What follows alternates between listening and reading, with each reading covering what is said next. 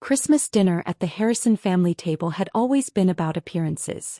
Crystal glasses, imported china, and conversations designed to showcase everyone's achievements from the past year.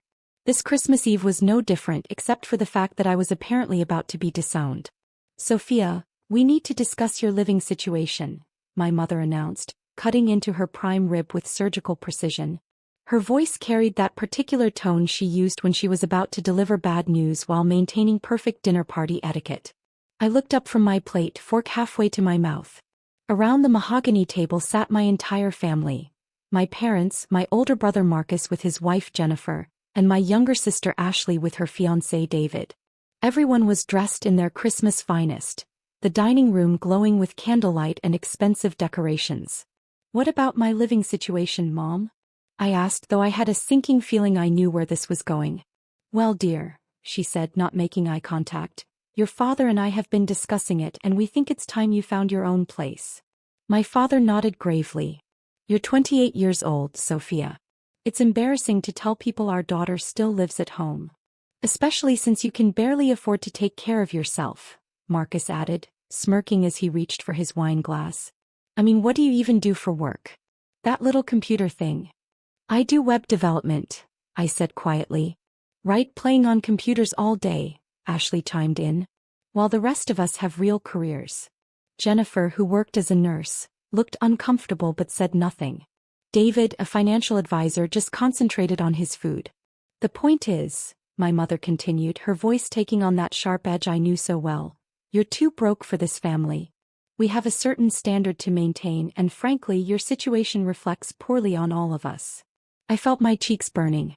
"Too broke for this family? Look at your siblings," my father said, gesturing around the table. "Marcus is a successful attorney-making partner at his firm. Ashley is a marketing director at a Fortune 500 company. Even David here manages portfolios worth millions of dollars.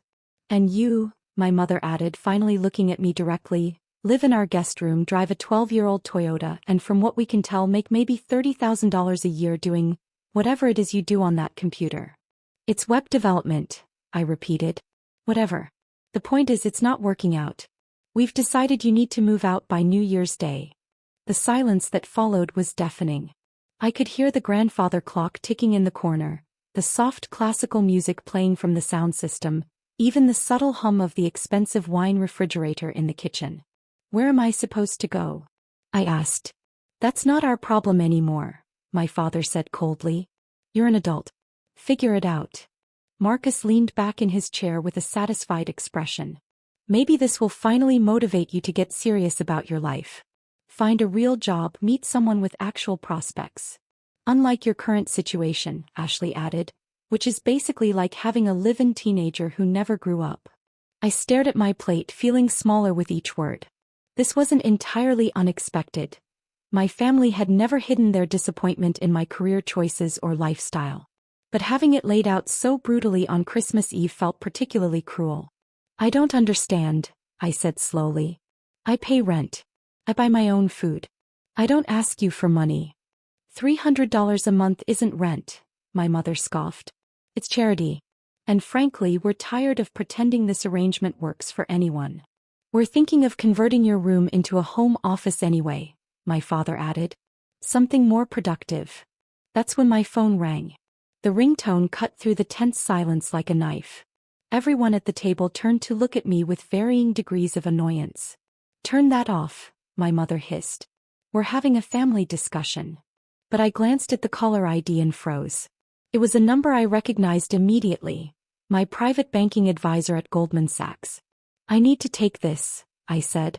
"Absolutely not," my father said firmly. "Whatever telemarketer is calling you can wait." "It's not a telemarketer. It's my bank." Marcus laughed. "Your bank? What bank calls people on Christmas Eve? And what could they possibly want with you?" I looked around the table at my family's faces, skeptical, dismissive, and increasingly irritated. Something inside me snapped.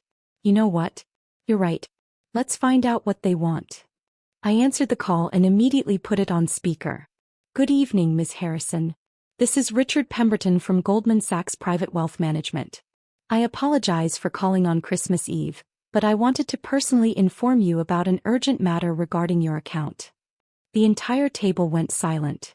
My mother's fork, which had been halfway to her mouth, stopped mid-air. What kind of matter, Richard? I asked calmly. Well, as you know, we've been managing the diversification of your investment portfolio, and I'm pleased to inform you that your account has crossed a significant milestone. As of market close today, your total assets under management with us have exceeded $127 million. You could have heard a pin drop. My mother's fork clattered to her plate. I wanted to personally congratulate you, Richard continued, and discuss some additional investment opportunities that might interest someone in your position. We have some exclusive offerings for clients with portfolios of your magnitude. Marcus's wine glass froze halfway to his lips. Additionally, Richard went on, I wanted to confirm that the $2.3 million quarterly distribution from your various business holdings has been processed and should appear in your checking account tomorrow morning. Ashley's mouth fell open. I also wanted to let you know that the real estate acquisition you've been considering, that commercial property in downtown Portland, we've been able to negotiate the price down to $8.7 million. Shall I proceed with the purchase? My father looked like he was seeing a ghost. Richard, I said, maintaining my composure even though my heart was pounding, can I call you back tomorrow? I'm in the middle of dinner with my family. Of course, Ms. Harrison. And might I add, your cryptocurrency investments have performed exceptionally well this quarter. The diversification strategy we discussed has really paid off. Enjoy your holiday and we'll speak soon. Thank you, Richard. Have a wonderful Christmas. I hung up the phone and set it down beside my plate. Then I picked up my fork and took a bite of my prime rib as if nothing had happened. The silence stretched on for what felt like hours. Finally, Marcus cleared his throat. Who was that? My private wealth manager at Goldman Sachs, I replied calmly. You're what? My mother whispered. My private wealth manager. Richard Pemberton. Really nice guy. Harvard MBA, manages portfolios for high net worth individuals. High net worth. Ashley's voice came out as a squeak. Well, their minimum for private wealth management is usually around $10 million in assets, but they made an exception for me when I hit $5 million about 3 years ago. My father was staring at me like I was speaking a foreign language. Sophia, what is going on? What do you mean? That phone call, $127 million. Is this some kind of joke? I set down my fork and looked around the table at my family's stunned faces. No joke, Dad. That's my current net worth, give or take a few million depending on market fluctuations. That's impossible, Marcus said flatly. You live in our guest room and drive a 12-year-old car. I live in your guest room because it's convenient and I travel a lot for work. I drive a 12-year-old car because it's reliable and I don't care about status symbols. What work? My mother demanded. You said you do web development. I do. Among other things. Jennifer, who had been silent through the entire dinner conversation, finally spoke up. Sophia, are you saying you're actually wealthy? Extremely wealthy, yes. The word, extremely, seemed to hit the table like a physical blow. How? Ashley whispered. I took a sip of wine. A $200 bottle my parents had been saving for a special occasion, though I'd been buying similar bottles by the case for my own collection. Well, the web development thing was true initially. About 8 years ago, I started a small company doing custom websites for local businesses. Pretty standard stuff.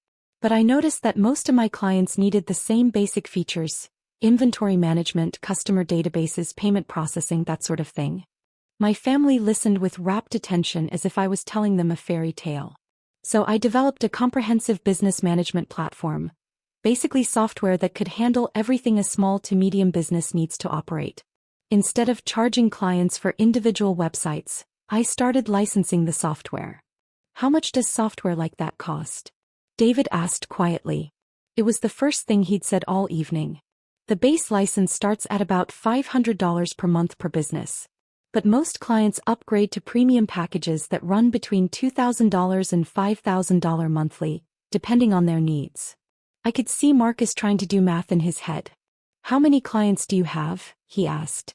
Currently, about 3,200 active licensees. The table went silent again as everyone processed those numbers. That's... My father began. Between $1.6 million and $16 million per month in recurring revenue, yes, I finished. Though most clients are in the $2,500 range, so we average about $8 million monthly. My mother asked faintly. I have a team of about 150 employees now. Developers, customer service, sales, marketing.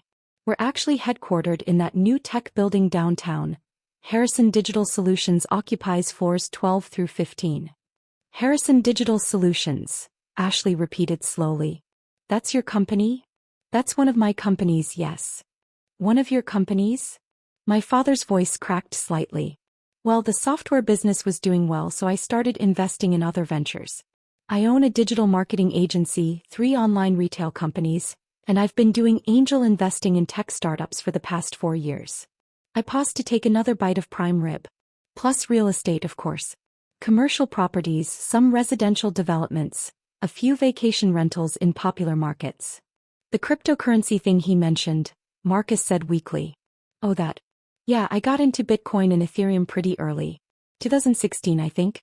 That investment alone is worth about $23 million now. My mother set down her wine glass with a shaking hand. Sophia, this is unbelievable. I know it's a lot to process. Why didn't you tell us? Ashley demanded, her voice rising. Why let us think you were struggling? I considered the question carefully. When would I have told you? During which conversation were you asked about my work with genuine interest instead of dismissing it as playing on computers? The accusation hung in the air. We ask about your work, my mother protested weakly. No, you don't. You ask when I'm going to get a real job. You ask when I'm going to stop wasting my time with computers. You ask when I'm going to find a nice man with a stable career and settle down properly. I looked around the table. Marcus, when's the last time you asked me about my business? Not when I was going to change careers, but actually asked what I do day to day. He had no answer. Ashley? When have you ever shown interest in my projects? She stared at her plate. Mom, Dad, when have either of you ever asked to see my work or wanted to understand what I've built? The silence was deafening. But that's not even the real reason I didn't tell you, I continued. The real reason is that your love always felt conditional. Marcus is valuable because he's a lawyer. Ashley is valuable because she has a corporate job. I was the disappointment because I didn't fit your definition of success. That's not true, my father said, but his voice lacked conviction. Isn't it? 20 minutes ago, you told me I was too broke for this family and demanded I move out. What changed? The only thing that's different now is that you know I have money. My mother's eyes filled with tears. Sophia, we love you. Do you love me, or do you love the idea of having a wealthy daughter? Because 5 minutes ago, you were ready to cut me off completely. The truth of that statement settled over the table like a heavy blanket. We had no idea, my father said quietly. That's the point, Dad. You had no idea because you never wanted to know. You decided who I was based on superficial observations and never bothered to look deeper. Jennifer cleared her throat gently. Sophia, can I ask you something? Sure. Why do you still live here? With that kind of money you could live anywhere. I smiled at her.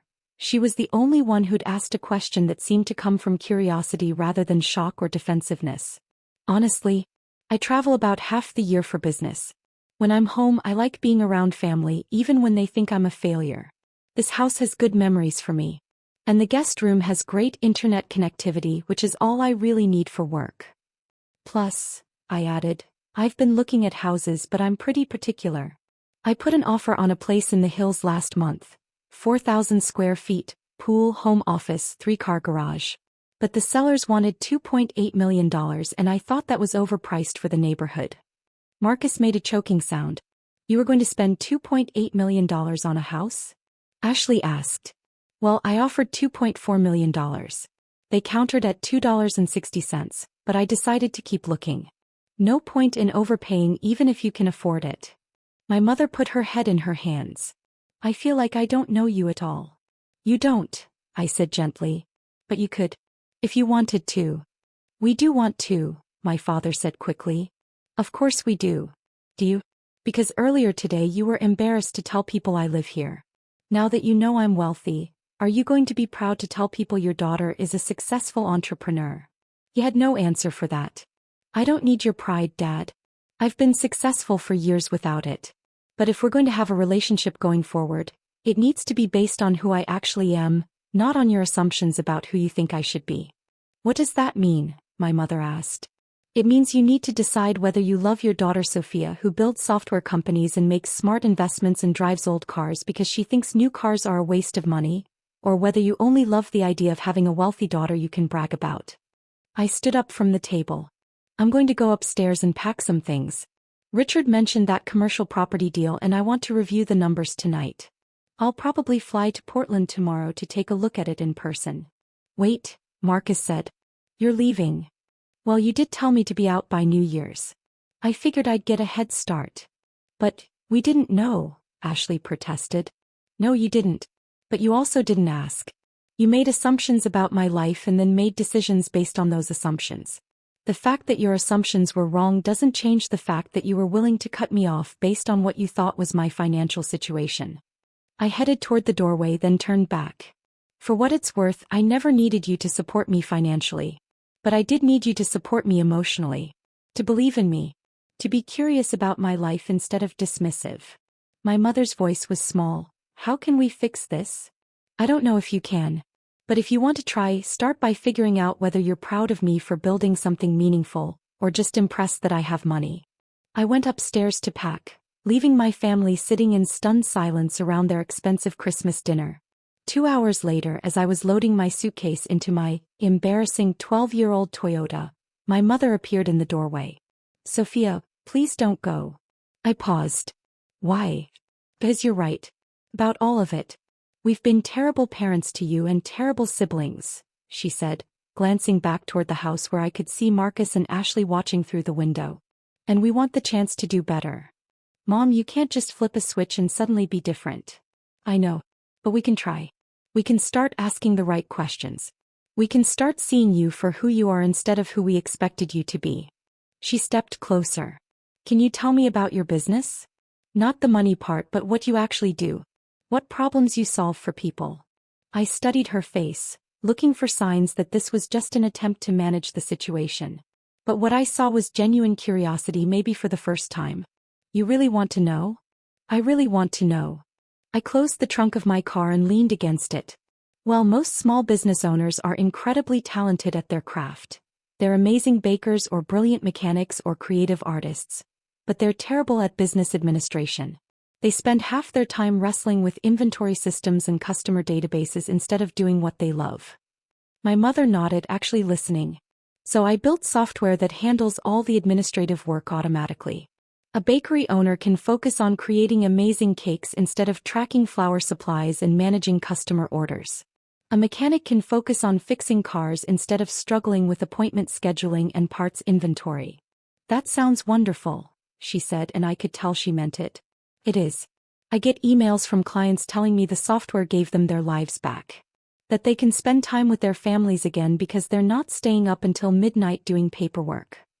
That must feel incredible. It does. It's the best part of what I do. We stood there for a moment in comfortable silence.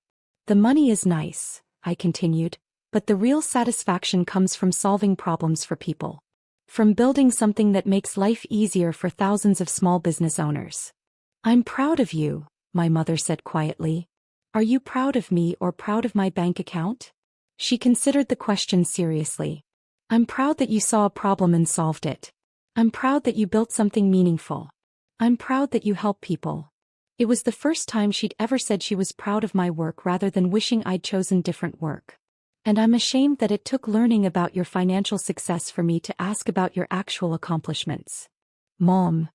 No, let me finish. You were right earlier. We made your worth contingent on meeting our expectations instead of celebrating who you are. That was wrong. She wiped tears from her eyes. Can you give us another chance? Can you stay for Christmas morning and let us try to be the family you deserved all along? I looked at the house where I'd grown up, where I'd always felt like a square peg trying to fit into a round hole. Where I'd learned to hide my successes because they weren't the right kind of successes. But I also thought about Jennifer's question earlier. About why I chose to stay here despite having unlimited options. The truth was, I loved my family even when they didn't understand me. Even when they disappointed me. Okay, I said. But things have to be different. They will be. I mean it, Mom. I'm not going to pretend to be struggling to make you feel better about yourselves. And I'm not going to be your trophy daughter that you show off to friends. I'm just going to be me. That's all we want. As we walked back toward the house, my mother asked, "Can I ask you one more thing?" "Sure. The commercial property in Portland, what kind of business are you planning?" I smiled. "Actually, I'm thinking of opening a co-working space specifically for entrepreneurs and small business owners. Somewhere they can work alongside other people who understand the challenges of building something from scratch." "That sounds perfect for you." "I think so too." As we reached the front door, she paused. "Sophia, I love you. Not your bank account, not your success. You. I'm sorry it took me so long to make that clear. I love you too, Mom." Christmas morning was different. Instead of the usual gift exchange focused on expensive items nobody really wanted, we spent hours talking. Marcus asked detailed questions about my software development process. Ashley wanted to understand how I identified good investment opportunities. My father, surprisingly, was most interested in my management philosophy and how I built company culture. For the first time in years, I felt like they were actually seeing me. "You know," my father said as we sat around the tree, coffee cups in hand, "I owe you an apology beyond just last night's dinner." "What do you mean?" "I've been telling people for years that my youngest daughter was still figuring things out. I realize now that you weren't figuring things out. You'd already figured them out. You were just doing it differently than I expected." "Dad, you don't need to." "Yes, I do. I'm proud of you, Sophia. Not because of your money, but because you built something meaningful while staying true to your values. Because you saw opportunities where others saw problems. Because you're generous and thoughtful and brilliant." He paused. "And because you had the grace to forgive us for being blind to who you really are." As I looked around at my family, really looked at them maybe for the first time in years, I realized something important. Money had always been their language of success and security. Learning about my financial situation didn't change who I was, but it did translate my accomplishments into terms they could understand. The real question was whether we could build a relationship based on deeper understanding, not just shared vocabulary. "So," Ashley said with a grin, "want to tell us about some of those other business ventures? I'm particularly curious about the angel investing." I smiled, settling back into my chair. "Well, there's this fascinating startup working on sustainable packaging solutions." And for the first time in years, my family leaned in to listen. The commercial property deal in Portland fell through. I decided the neighborhood wasn't quite right for my co-working space concept. But I did find a perfect building in Seattle 3 months later. My family helped me celebrate the opening. Marcus handled some of the legal work, Ashley consulted on the marketing strategy, and my parents flew out for the ribbon-cutting ceremony. When the local news interviewed me about the new business, my mother stood beside me, beaming with genuine pride. "This is my daughter," she told the reporter. "She builds businesses that help other people succeed. Not my wealthy daughter, or my successful daughter. Just my daughter." It was the best introduction she'd ever given me.